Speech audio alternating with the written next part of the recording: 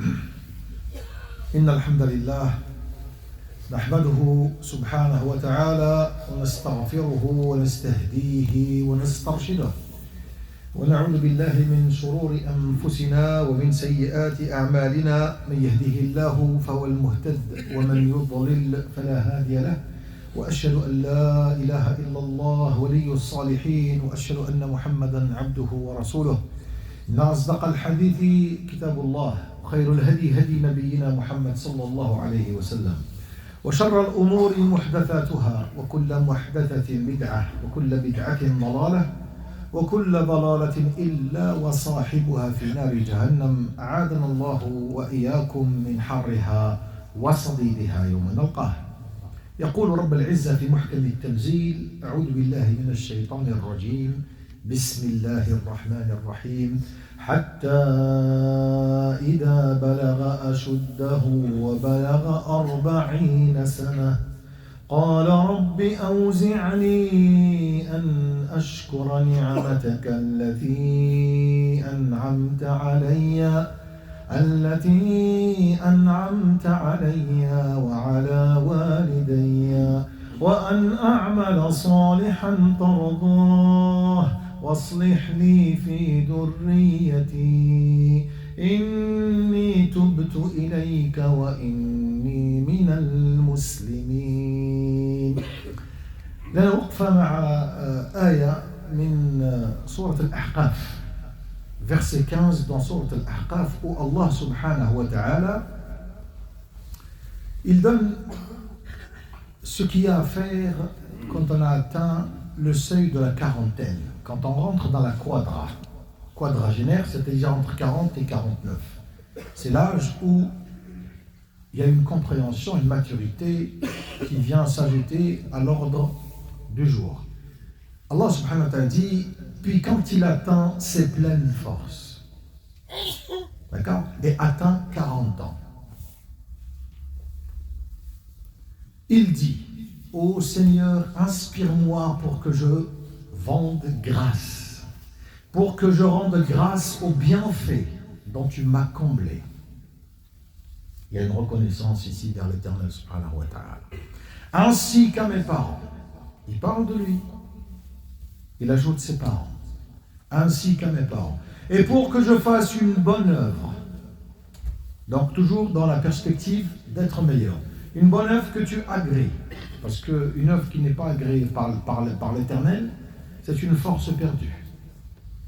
Donc, une force quand elle est là, une servitude pour Allah subhanahu wa ta'ala quand elle est là, il faut qu'elle soit bien mise.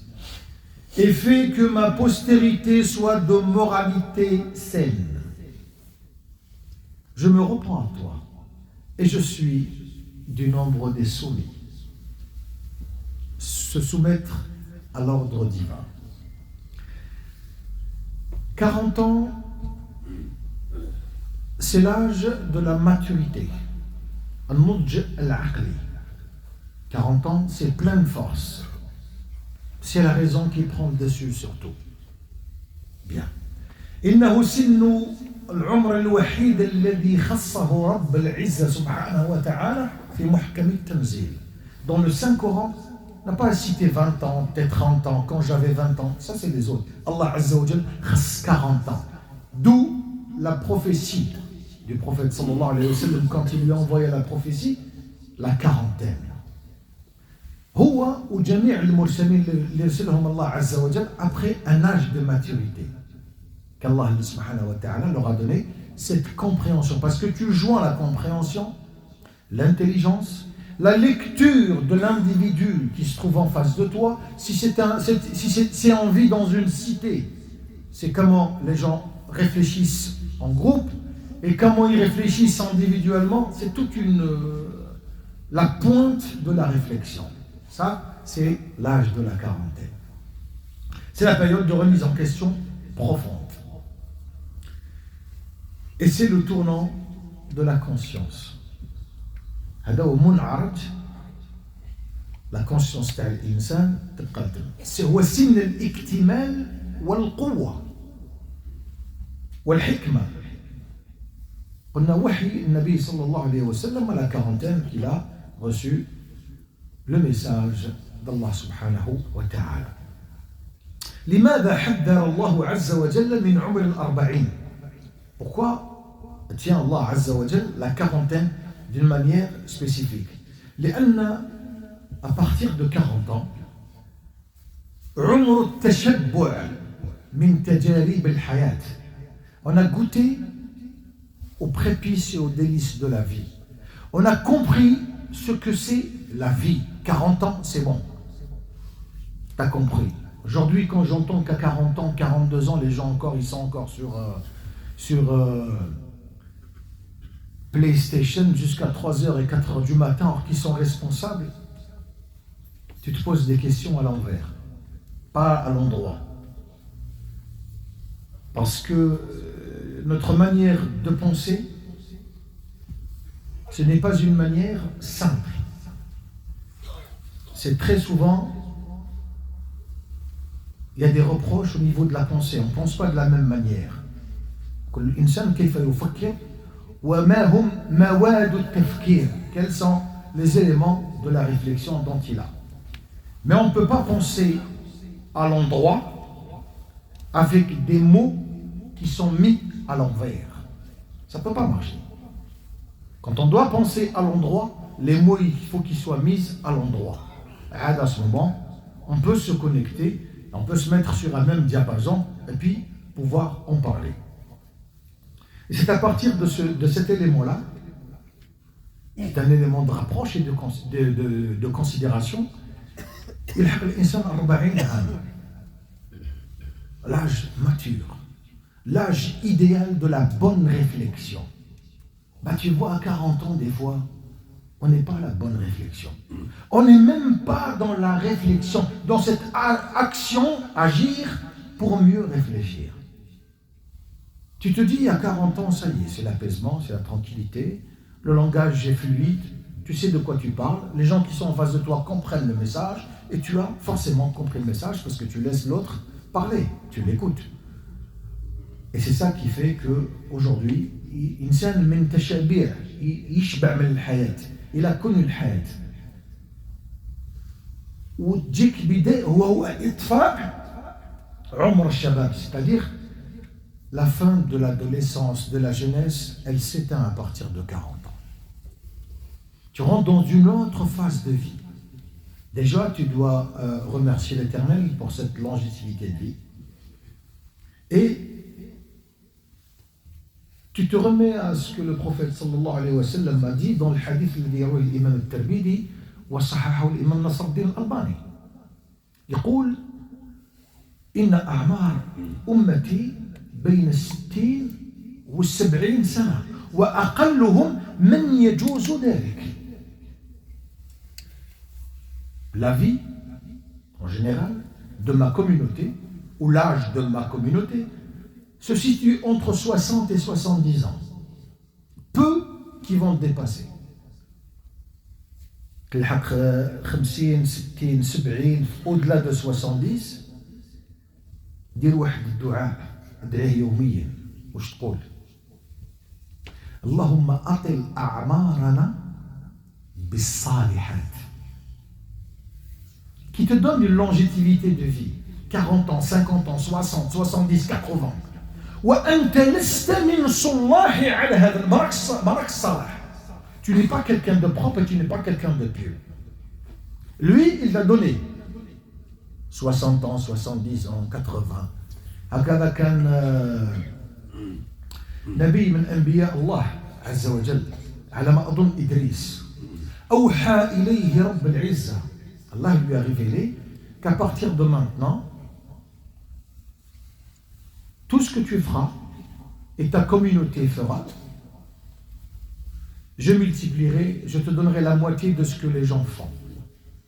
Faqal, il demande à Allah Azza wa Jal une longévité de vie. C'est pas pour la vie. لأن الله عز وجل فيها حسنات. يعني إلا تكون في الصلاح, si c'est pour dans le droit chemin, Dieu donne-moi longue vie. طول العمر هو الشيطان. تسمع في بلدان العرب ديالنا يقولوا واش طول العمر؟ طول العمر هو الشيطان. فهمت؟ تقول اللهم أطل أعمارنا بالصالحات. Donne-moi longue vie avec une piété. Il faut qu'elle soit conjuguée avec la piété. S'il n'y a pas la piété qui va avec, à quoi ça sert?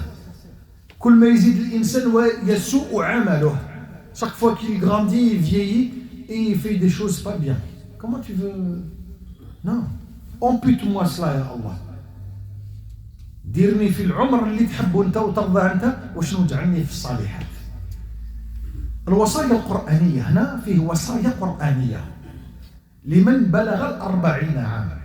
Celui qui a atteint 40 ans, Allah Azza wa Jal, il lui donne ces consignes-là. لأنه بلغ نهاية قوة بدنه. La force, elle commence à petit à reculer. La vision, elle commence à devenir un peu difficile. Tout devient un peu difficile. Tu sens que tu as entamé un cycle de vie qui n'est pas comme à l'accoutumée. والعقلية على الإنسان فلا بد عليه أن يظهر منه هذه الصفات. Il faut que quand tu arrives à 40 ans, il faut que ces caractéristiques soient en toi. Premièrement, premier élément, shukrullahi azza wa jalla, le remerciement d'Allah azza wa jalla et la gratitude que tu, la grâce que tu lui as donnée. قال الله سبحانه وتعالى قال ربي أوزعني أن أشكر نعمتك التي أنعمت علي وعلى والدي. Ici, il donne la reconnaissance d'Allah subhanahu wa ta'ala. Tu m'as donné un délice, un bienfait à moi, ainsi qu'à mes parents. Donc, shukr ni'ma, très important. Au bout de 40 ans, remercie Allah subhanahu wa ta'ala, parce que tu fais partie des vivants. واشكر نعمة الله عز وجل أنك على صراط مستقيم. Sois fier quand tu es musulman. افتخر أنك مسلم، أفرح أنك مسلم وتنتمي وتنتسب إلى أمة محمد صلى الله عليه وسلم. Sois content et fier, tu appartiens à la communauté de Muhammad صلى الله عليه وسلم. Deuxième élément, العمل الصالح وأن أعمل صالحا ترضاه. ماشي تخدم وما ترضاش عليها يا ربي. كاين الناس يفون des efforts extraordinaires ولكن فيه شرك خفي أو أصغر، l'ostentation. Et tu commences à montrer ce que tu fais avec une mauvaise intention. Quand tu fais quelque chose, بيت النية، mais النية dessus، mais النية حسن النية حتى الله يتقبل منك. Il y a une personne qui vient de s'acquitter d'un montant extraordinaire. Vous savez qu'est-ce qu'il m'a dit tout à l'heure dans la première Jumu'ah? Un montant extraordinaire, je sais de quoi je parle. قال لي الشيخ دير لي الدعاء لوالديا. خير ان شاء الله راهم مرضى ils sont malades. m'a dit non. الشيخ دير لي الدعاء. علاش واش كاين؟ Je voulais savoir, pourquoi? Explique-moi pourquoi. Vous savez qu'est-ce qu'il me dit? Fais dua à mes parents parce qu'ils ne prient pas. Et lui, il est là, il prie. Wallahi, ça interpelle la conscience de chaque individu. Mablag, plus que la normale. Une somme plus que la normale. Fais dua à mes parents parce qu'ils ne prient pas.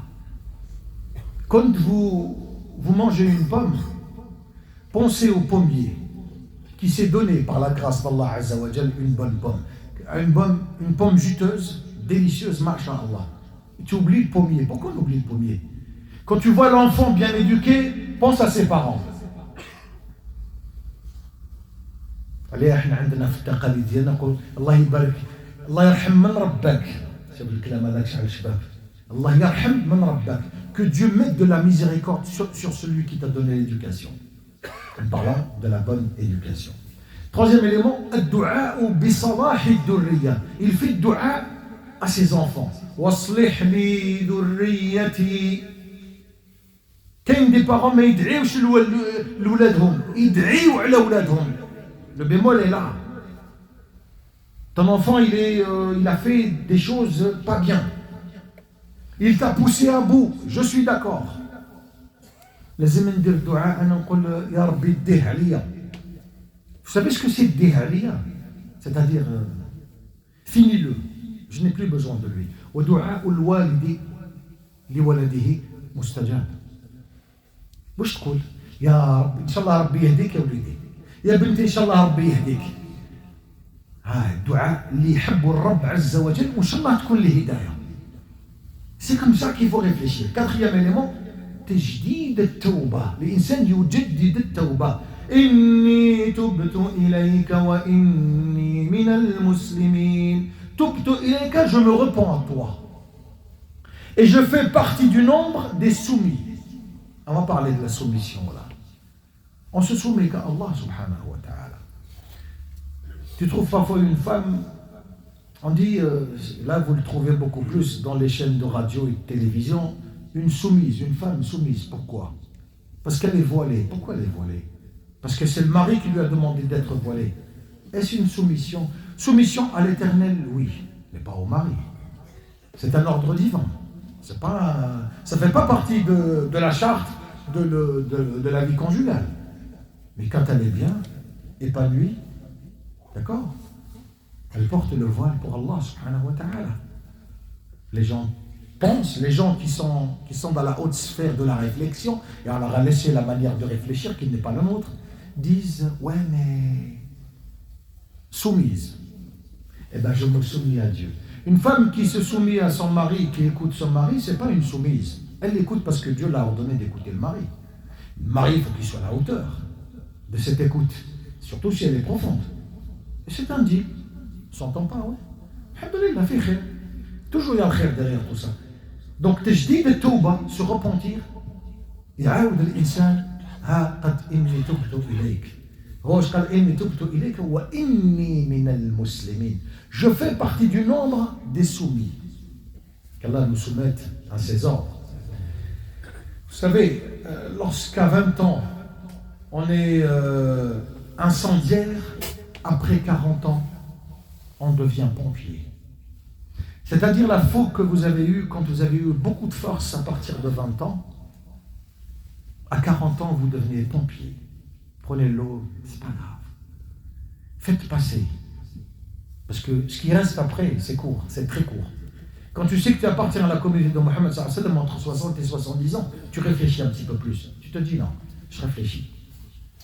Il ne me reste pas beaucoup de temps à vivre. Il faut que je le vive bien. Et pour vivre bien, apprécier chaque instant et chaque moment. La quarantaine, c'est pas facile. C'est la quarantaine et Dieu, il n'a fait qu'appliquer qu'à la quarantaine. Voilà ce qui se passe. Que tu remercies Allah subhanahu wa ta'ala, que tu fasses des bonnes œuvres et que tu sois là. Et tu sois dans le dua à tes enfants. Parce que c'est ton futur une fois que tu décèdes. Si tu ne les as pas élevés sur la tradition prophétique et comme Allah il a demandé, et qui ne sont pas des gens pieux pour te faire dua quand tu meurs, qui va te faire dua? Allah, vous savez, il y a des gens qui meurent, Allah il va les élever, les élever, les élever. Moi j'ai pas fait tout ça là.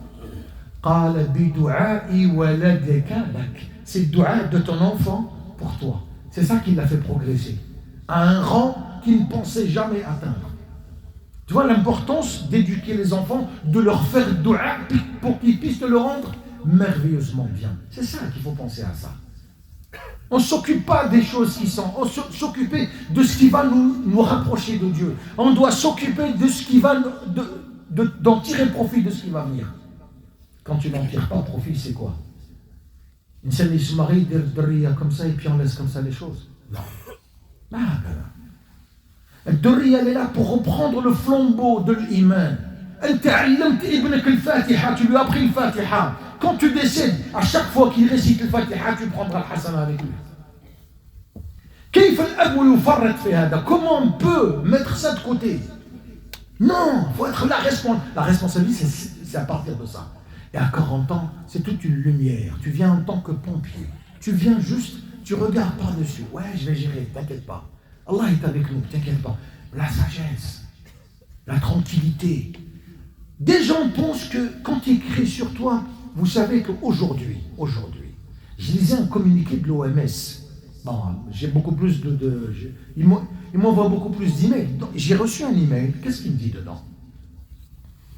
Quand on a raison, et on suppose qu'on a raison, on élève le temps, c'est-à-dire qu'il تكون عندك الحق بالدرجة وكي تكون عندك الحق عندي الحق يا خويا j'ai raison, c'est comme ça, tu penses avoir raison en faisant ça. En faisant ça, tu n'as plus raison, tu perds ta raison.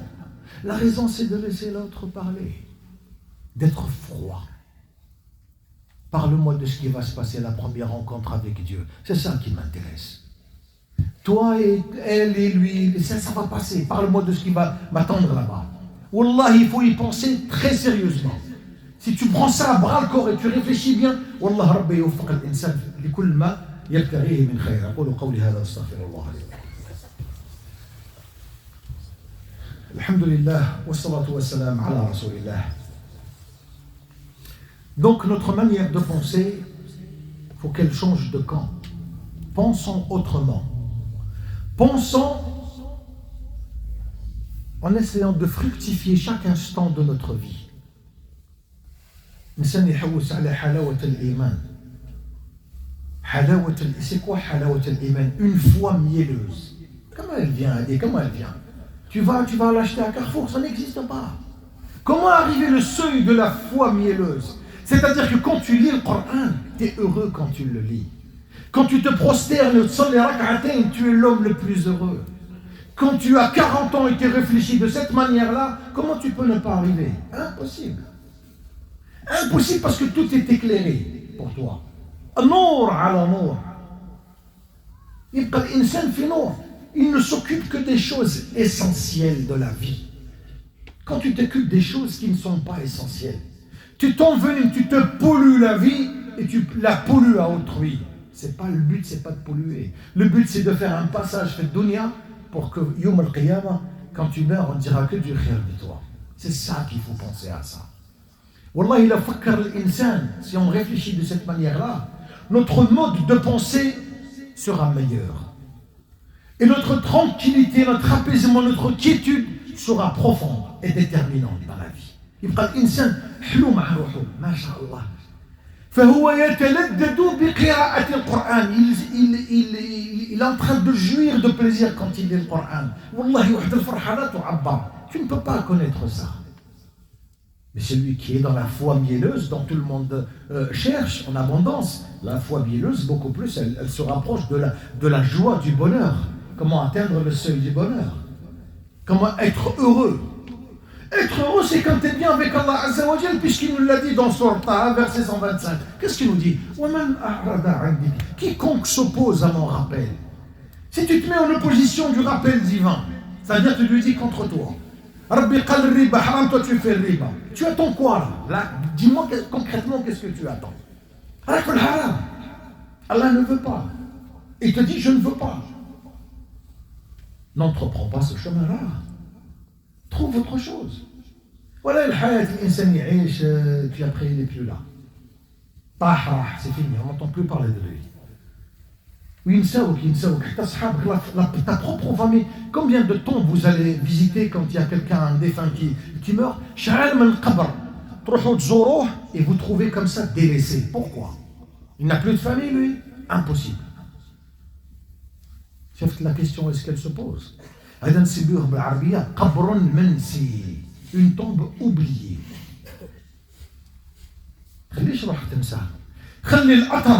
Laisse ton empreinte sur cette terre. On